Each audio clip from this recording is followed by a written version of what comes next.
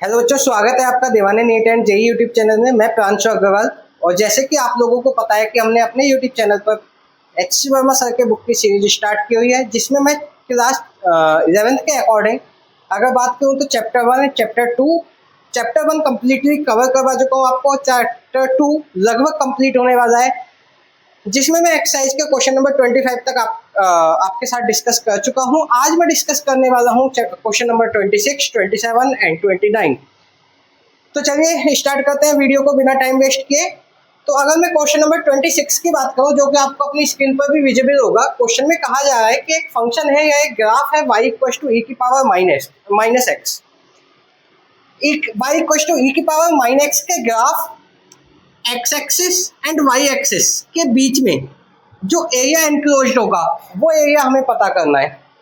वैसे तो मैं एरिया फाइंड आउट करने का तरीका आपको विदाउट ग्राफ भी बता चुका हूँ, लेकिन e की पावर माइनस एक्स या e की पावर x एक अच्छा या एक इम्पोर्टेंट फंक्शन है जिसका ग्राफ आपको पता होना चाहिए। तो मैंने साथ में e की पावर माइनस एक्स का ग्राफ भी ड्रॉ कर दिया है आपके लिए। ठीक है, e की पावर माइनस एक्स का ग्राफ नेगेटिव एक्स एक्सिस में यानी कि सेकंड क्वाड्रेंट से स्टार्ट होता है और कहाँ वाई एक्सिस को 1 पर कट करता है। वाई एक्सिस को यानी कि ये जो कोऑर्डिनेट होगा, ये कोऑर्डिनेट क्या होगा 0,1। तो वाई एक्सिस को कहाँ कट करता है 0,1 पर कट करता है और आगे इस तरीके से चला जाता है। ये टर्मिनेट होगा, मतलब एक्स एक्सिस के साथ मीट करेगा या कहेंगे एक्स एक्सिस को कट करेगा कहाँ पर, इन्फिनिटी पर। तब तक ये ऐसे धीरे धीरे धीरे धीरे नीचे को आता रहेगा। ठीक है, मतलब ये ग्राफ कहाँ तक जाने वाला है, इन्फिनिटी तक। ठीक है, तो अगर मैं क्वेश्चन के अकॉर्डिंग समझूं तो मुझे जो एरिया चाहिए वो कौन सा चाहिए, वाई एक्सिस, एक्स एक्सिस और इस ग्राफ के बीच में। अब एक्स एक्सिस ये है, ग्राफ ये है, वाई एक्सिस ये है, तो ये वाला एरिया भी हो सकता है। लेकिन यहाँ पर अगर मैं इस वाले एरिया की बात करूँ तो ये एरिया एनक्लोज्ड नहीं है, ओपन एरिया है। लेकिन वहीं अगर मैं इस वाले एरिया की बात करूँ तो देखो graph x axis y axis और आगे जाके इन्फिनिटी पर जाकर के ये एरिया क्लोज्ड भी हो जाएगा। यानी कि मुझे जो एरिया चाहिए वो ये वाला एरिया होगा। समझ आई बात? अब मैं तरीका बता चुका हूँ आपको। क्या करते हैं, एक स्ट्रिप ड्रॉ करते हैं जिसकी लेंथ कितनी होती है, सॉरी विड्थ कितनी होती है dx, और लेंथ को क्या मान लेते हैं y, है ना। और इस छोटी सी स्ट्रिप का एरिया कितना ले लेंगे dA, किसके इक्वल होगा y × dx के, है ना। रेक्टेंगुलर स्ट्रिप मान लेते हैं। अपनी प्रीवियस वीडियो में मैं आपको पूरा प्रोसीजर कवर करवा चुका हूँ। अगर कोई नया स्टूडेंट है जिसको ये समझ नहीं आया कि स्ट्रिप कैसे ड्रॉ की है तो वो प्रीवियस वीडियो पर जाकर के देख सकता है। चलिए, तो dA = y की वैल्यू क्या है, e की पावर माइनस एक्स, वो दी गई है हमें dx। ठीक है, अब क्या है, हमें स्मॉल एरिया है। अगर मुझे पूरा टोटल एरिया चाहिए तो मुझे क्या करना होगा, इंटीग्रेट करना होगा। तो dA का इंटीग्रेशन होगा a और इधर हो जाएगा e की पावर माइनस एक्स dx का इंटीग्रेशन। कहाँ से, तो लिमिट किसकी टर्म में पुट होंगी, x की टर्म में। x की टर्म में एरिया कहाँ से स्टार्ट हुआ है, 0 से, और कहाँ तक जाएगा, इन्फिनिटी तक। तो कहाँ से, लिमिट 0 से इन्फिनिटी।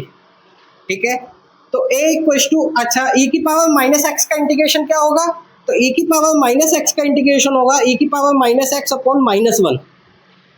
ठीक है, इंटीग्रेशन हो गया 0 से इन्फिनिटी। जिन बच्चों को इंटीग्रेशन नहीं पता है, इंटीग्रेशन की वीडियो भी मैं आपको ऑलरेडी कवर करवा चुका हूँ, आप देख सकते हैं प्ले लिस्ट में जाकर के। ठीक है, 11th क्लास की प्ले लिस्ट मैंने बनाई हुई है, वहाँ आप देख सकते हैं। चलिए, अब मुझे अगर एरिया की वैल्यू फाइंड आउट करनी है तो a = कितना हो जाएगा, -1 बाहर ले सकते हैं तो अंदर बनेगा e की पावर माइनस एक्स, और कहाँ से, 0 से इन्फिनिटी, माइनस अपर लिमिट माने e की power minus infinity, minus lower limit माने e की पावर -0। e की पावर माइनस इन्फिनिटी कितना बनता है, 0 बनता है। याद रखना, e की पावर माइनस इन्फिनिटी की वैल्यू होती है 0, माइनस e की पावर -0, -0 हो +0 हो 0 है, और e की पावर 0 या किसी की भी पावर 0 हो तो उसकी वैल्यू क्या आती है, 1। तो e की पावर 0 की वैल्यू क्या आ गई, 1। तो ये एक के माइनस और ये अंदर माइनस और एक माइनस ये बनेगा -1, कितना आ गया एरिया, 1। एरिया की यूनिट क्या होती है, तो स्क्वायर यूनिट। ठीक है, रिक्वायर्ड एरिया हमें मिल चुका है। बताइए कोई प्रॉब्लम इसमें, यही हमारा आंसर है। जल्दी से एक बार देख लीजिए क्या प्रोसेस है पूरे न्यूमेरिकल को करने का, कैसे सोचना है, और जल्दी से नोट डाउन कर लीजिए। फिर क्वेश्चन नंबर 27 की तरफ मूव करते हैं। तो अब अगर मैं क्वेश्चन नंबर 27 की बात करूं तो क्वेश्चन नंबर 27 में कहा जा रहा है कि एक रॉड है जो कि x equal to x axis के अलोंग रखी है, x इक्वल टू 0 से x इक्वल टू l तक, यानी कि 0,0 से l,0 तक। तो लेंथ कितनी हो जाएगी, l हो जाएगी। सही है। अब कह रहे हैं कि ये जो रॉड है इसकी जो मास डेंसिटी लीनियर डेंसिटी है, लीनियर डेंसिटी का मतलब मास पर यूनिट लेंथ, एक यूनिट लेंथ में जो मास होगा यानी कि रो, वो किसके इक्वल है, a प्लस बी एक्स, यानी कि इसका जो मास पर यूनिट लेंथ है वो x पर डिपेंड कर रहा है। माने जितना आगे जाओगे पर यूनिट लेंथ मास उतना ही इंक्रीज होता जाएगा, यानी कि सीधी सी बात है, जितना x इंक्रीज होगा यानी कि जितना आगे जाओगे उतना मास इंक्रीज होता रहेगा। ठीक है। हमसे कह रहे हैं कि a और b ये दोनों जो कांस्टेंट है इनकी यूनिट बताइए, ऐसा यूनिट, और फिर बताइए कि रॉड का टोटल मास कितना होगा। चलिए देखते हैं। तो सबसे पहले तो हमें ऐसा यूनिट पता करनी है, तो rho equal to a plus B X. अगर मैं प्रिंसिपल ऑफ होमोजेनिटी की बात करूं तो एक ही ऐसा यूनिट, यानी कि जितने भी टर्म्स हैं इसमें, एक टर्म ये है, एक ये है और एक ये है, तीनों की डायमेंशन और ऐसा यूनिट इक्वल होगी, सही सेम होगी। तो मैं कह सकता हूं ऐसा यूनिट ऑफ ए जो होगी वो इक्वल टू होगी ऐसा यूनिट ऑफ रो के। ठीक है। अब इसका मतलब एक ही जो ऐसा यूनिट होगी वो होगी ऐसा यूनिट ऑफ रो, और रो की ऐसा यूनिट कितनी होगी, रो का फॉर्मूला क्या दिया गया है क्वेश्चन के अंदर ही, मास पर यूनिट लेंथ, यानी कि केजी पर मीटर। तो ए यानी कि एक ही जो ऐसा यूनिट होगी वो होगी केजी पर मीटर। सही है। अब बी की ऐसा यूनिट हमसे पूछी गई है, तो मैंने क्या बोला, बी इंटू एक्स की ऐसा यूनिट ऑफ रो के इक्वल होगी, यानी कि मैं कह सकता हूं ऐसा unit of b x equal to होगी ऐसा यूनिट ऑफ रो के। ठीक है। बी की ऐसा यूनिट तो हमें नहीं पता, लेकिन एक्स क्या है, डिस्टेंस, और एक्स की ऐसा यूनिट क्या होगी, मीटर। तो b into metre equal to ऐसा यूनिट ऑफ रो की ऐसा यूनिट क्या है, केजी पर मीटर। तो इस मीटर को इधर भेजेंगे अपोन में, तो ये हो जाएगा केजी पर मीटर स्क्वायर, क्योंकि अपोन में एक एम ऑलरेडी था, एक ये जाएगा, तो बी की ऐसा यूनिट आ जाएगी केजी पर मीटर स्क्वायर। जल्दी से देखें, ए और बी की ऐसा यूनिट हम यहाँ फाइंड आउट कर चुके हैं। अगर हमसे डायमेंशन पूछता तो डायमेंशन भी सेम मेथड से हम फाइंड आउट कर सकते थे। जल्दी से इसको नोट डाउन कीजिए, फिर सेकेंड पार्ट यानी कि मास कैलकुलेट करने की कोशिश करते हैं। अब देखें, यहाँ पर हमें रो इक्वल टू दिया गया है a plus B x. Rho यानी कि मास पर यूनिट लेंथ, यानी कि dm by d x equal to a plus B x. अब मुझे तो dm चाहिए, तो मैं dx को उधर ट्रांसफर कर देता हूँ। क्या हो जाएगा, dm equal to a plus B x into d x. चलिए ठीक है। अब dm क्या है, dm है छोटी सी लेंथ का मास। तो अगर मैं देखूं, अगर मुझे टोटल मास कैलकुलेट करना होगा तो मुझे क्या करना होगा, इंटीग्रेशन। सही है। इसका मतलब मैं बोथ साइड क्या कर दूं, इंटीग्रेशन। ठीक है। a plus B x into d x, limits put कर देते हैं। जब लेंथ यानी कि रॉड 0 पर होगी तो रॉड का स्टार्टिंग होगा, मतलब कोई भी मास नहीं होगा, मास भी 0 होगा। जब L तक पहुंच चुके होंगे तो मास कितना हो गया होगा, टोटल मास के इक्वल m, dm का इंटीग्रेशन m 0 से m इक्वल टू a का इंटीग्रेशन ax, bx का इंटीग्रेशन bx स्क्वायर बाई 2, और साथ में लिमिट्स लगा देंगे 0 से l। मैं पहले भी बता चुका हूँ, अब फिर बता रहा हूँ, अगर इंटीग्रेशन डिफरेंशिएशन में किसी बच्चे को डाउट है तो मैंने पूरी वीडियोज आपको प्रोवाइड कराई हुई है अपने प्लेलिस्ट में, क्लास 11th के नाम से प्लेलिस्ट है, वहां जाकर के आप देख सकते हो। अब upper limit minus lower limit equal to, अब ऐसे ही यहाँ पर करेंगे, अपर लिमिट यानी कि x की जगह l आ जाएगा, माइनस लोअर लिमिट, अब x की जगह 0 पुट करेंगे।